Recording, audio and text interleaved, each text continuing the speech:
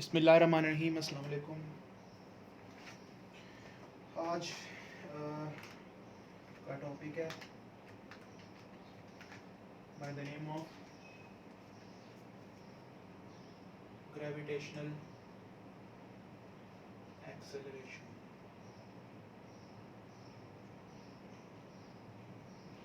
Gravitational acceleration के नाम से टॉपिक है, ठीक है। तो ग्रेविटेशनल एक्सेलरेशन जो है ये क्या चीज़ है? इसको सबसे पहले डिस्कवर किया था एक साइंटिस्ट था जिसका नाम था गैलीलियो। गैलीलियो एक साइंटिस्ट था, उसने एक चीज़ डिस्कवर की थी, वो ये थी कि जो जितने भी फ्रीली फॉलिंग बॉडीज जब हम उसको ऊपर से नीचे फेंकते हैं तो वो उनकी ग्रेविटेशनल एक्सेलरेशन जो है उनकी सेम एक्सेलरेशन होती है इंडिपेंडेंट ऑफ देयर मैसेस, ठीक है। मसलन कोई हमने ऊपर से चीज़ फेंकी नीचे को गई है, ठीक है, तो उसकी जो एक्सेलरेशन है वो उसके सेम होगी और जो उसका मैस होगा उसकी इंडिपेंडेंट होगी, यानी मैस पे डिपेंड नहीं करेगी, सही है। उस बंदे ने मुख्तलिफ तरह के ऑब्जेक्ट्स को जो है नीचे फेंका और टावर है जिसका नाम है पीसा, ठीक है। उसने ये ऑब्जर्व किया कि वो सेम टाइम पे सारी चीज़ें जो हैं वो ग्राउंड पे जाके गिरती हैं। तो ग्रेविटेशनल एक्सेलरेशन की डेफिनेशन ये है, the acceleration of freely falling bodies is called gravitational acceleration। यानी कि जितने भी फ्रीली फॉलिंग बॉडीज हैं उनकी जो एक्सेलरेशन है ना उसको ग्रेविटेशनल एक्सेलरेशन कहते हैं, ठीक है। इसको रिप्रेजेंट करते हैं स्मॉल जी से और इसकी वैल्यू होती है 10 की पावर 10 मीटर पर सेकंड इसकी वैल्यू है, सही है। तो जो बॉडीज जो है नीचे को जा रही होंगी तो ग्रेविटेशनल एक्सेलरेशन की वैल्यू पॉजिटिव होगी और जो बॉडीज ऊपर को जा रही होंगी उनकी ग्रेविटेशनल एक्सेलरेशन की वैल्यू नेगेटिव होगी, सही है। उसके बाद जो है इक्वेशंस ऑफ मोशन जो हैं वो फोर्स ऑफ ग्रेविटी के अंडर जो है वो कुछ इस तरह होंगी।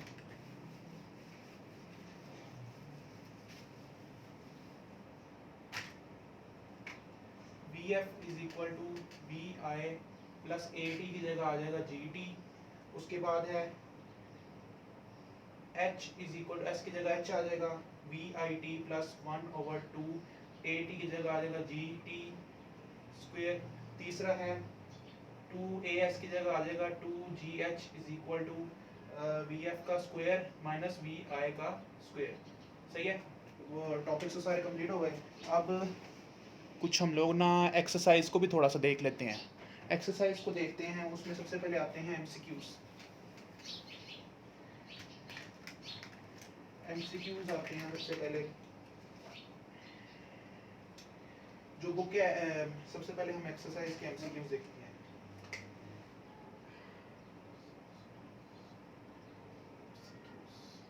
एक्सरसाइज के एमसीक्यूज देखते हैं सबसे पहले। तो सबसे पहला एमसीक्यूज है a body has a translatory motion if पहला है MCQs a body has a translatory motion if it moves, इसका है सी ऑप्शन। ट्रांसलेटरी मोशन तब होता है ना जब वो एक स्ट्रेट लाइन के लॉन्ग मूव कर रही हो बगैर किसी रोटेशन के। दूसरा एमसीक्यूज है उसमें वो कहता है the motion of body about an axis is called, जो एक्सिस के लॉन्ग मोशन होता है उसको कहते हैं रोटेटरी मोशन, बी ऑप्शन। किसी एक्सिस के लॉन्ग मोशन होता है ना उसको रोटेटरी मोशन कहते हैं, ये डेफिनेशन है। तीसरा है which is the vector quantity. Vector quantity हमें जिस तरह के मालूम है कि वेक्टर क्वांटिटी कौन सी है, इन सारों में से है डिस्प्लेसमेंट, सी ऑप्शन।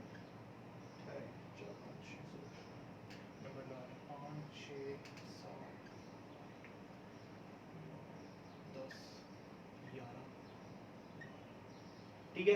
चौथा एमसीक्यू उसमें बोलता है if an object is moving with constant speed then distance time graph will be a straight line अगर एक ऑब्जेक्ट है जो कांस्टेंट स्पीड के साथ मूव कर रहा है तो उसका जो ग्राफ होगा, डिस्टेंस टाइम ग्राफ होगा, वो स्ट्रेट लाइन होगा। ये हम लोगों ने पढ़ा था कि इसका आंसर होगा डी ऑप्शन, यानी कि टाइम एक्सिस के कांस्टेंट होगा ना, टाइम एक्सिस के इंक्लाइन होगा टाइम एक्सिस के अलोंग, ठीक है। अगर कांस्टेंट स्पीड सब्जेक्ट मूव कर रहा होगा। पांचवा एमसीक्यू है वो कहता है a straight line parallel to time axis on a distance time graph tells that the, पांच एमसीक्यूज का जो आंसर है वो है बी, सही है।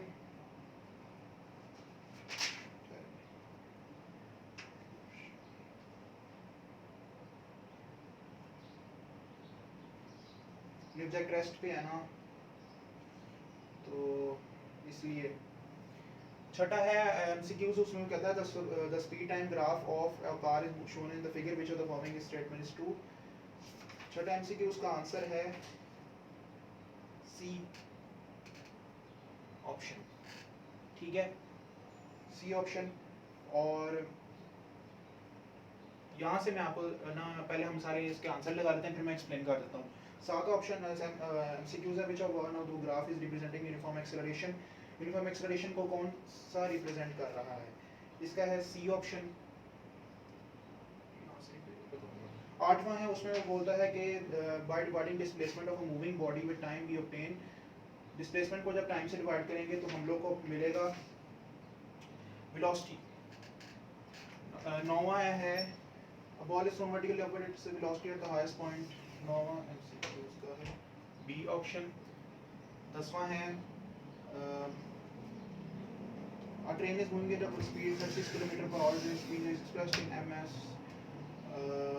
ये बनेगा अपना ए ऑप्शन। और 11वां है, उसमें बोलता है कि सी ऑप्शन। 11वां एमसीक्यू है a train is a change in position from point A to B is called, इसका ऑप्शन है सी डिस्प्लेसमेंट। और a car start from rest, it requires a speed of 25 meter per second, after 20 seconds the distance moved by the car during this time is। 12वां MCQ है, उसका option है B option, B option, ठीक है। तो अब मैं आपको सॉल्व करके दिखाता हूँ। अच्छा, एमसीक्यूज में थोड़ी सी करेक्शन कर लें कि जो एमसीक्यूज है ना, चौथा एमसीक्यूज, छठा और 9वां 11वां 12वां, 9वां 11वां 12वां, ये एमसीक्यूज है ना, इनमें थोड़ी सी करेक्शन कर लें। जो चौथा एमसीक्यूज है ना, उसका ऑप्शन है सी। जो पांचवा है उसका ऑप्शन है, सॉरी छठा जो है उसका ऑप्शन है ए। 9वां है उसका ऑप्शन है डी। 11वां है उसका ऑप्शन है ए। 12वां उसका ऑप्शन है सी। अच्छा, अब इनमें जो पहले कराए थे वो थोड़ी सी मिस्टेक हो गई थी। जो चौथा एमसीक्यूज है ना, ठीक है, इसका ऑप्शन है सी।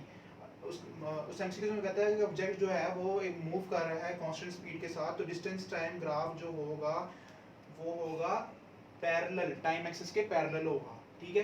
डिस्टेंस टाइम ग्राफ ना इस तरह करके टाइम एक्सिस के पैरेलल होगा, ठीक है। इस तरह करते होते ना, टाइम सेकंड में और वेलोसिटी मीटर में, ठीक है। डिस्टेंस टाइम ग्राफ, सही है। डिस्टेंस टाइम ग्राफ जो है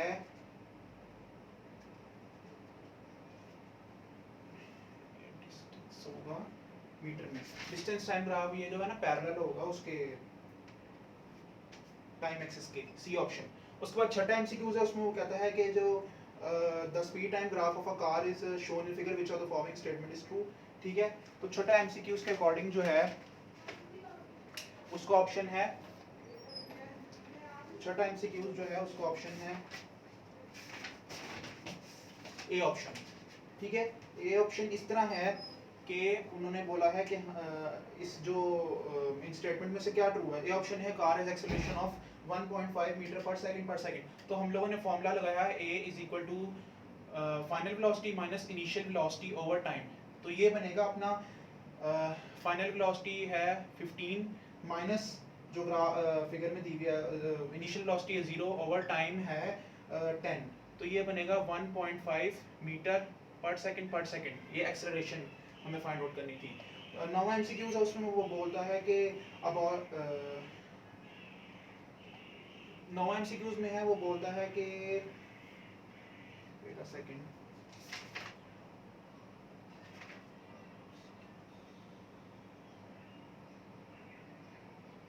नवा एमसीक्यूज है उसमें वो बोलता है कि a ball is thrown vertically upward, its velocity at the highest point is, velocity जब हाईएस्ट पॉइंट पर जाएगी तो इस वो हो जाएगी बी ऑप्शन 0। ठीक है, जब हाईएस्ट जाएगी तो जो उसकी वेलोसिटी होगी ना वो ऊपर जाहिर है, नीचे ग्रेविटेशनल एक्सेलरेशन तो नीचे थी ना, तो वो ग्रेविटेशनल एक्सेलरेशन से दूर जा रही है, तो वेलोसिटी जो है ऊपर जब जाएगी तो वेलोसिटी ऊपर को जाते हुए कम हो जाती है। ठीक है, तो इसके लिए बी ऑप्शन होगा इसका आंसर, यानी कि वेलोसिटी जो है ऊपर कम हो जाएगी, तो इसलिए वेलोसिटी जो हाईएस्ट पॉइंट पे जाके वो 0 हो जाएगी, बी ऑप्शन। 11वां है उसमें कहता है train is moving at a speed of 36 kilometre per hour, its speed expressed in metre per second is, इसका है ए ऑप्शन। ए ऑप्शन इस तरह है कि हमें पता है फॉर्मूला है speed is equal to distance over time. ठीक है, तो डिस्टेंस अपना है हमारे पास 36 किलोमीटर और टाइम है 1 आवर।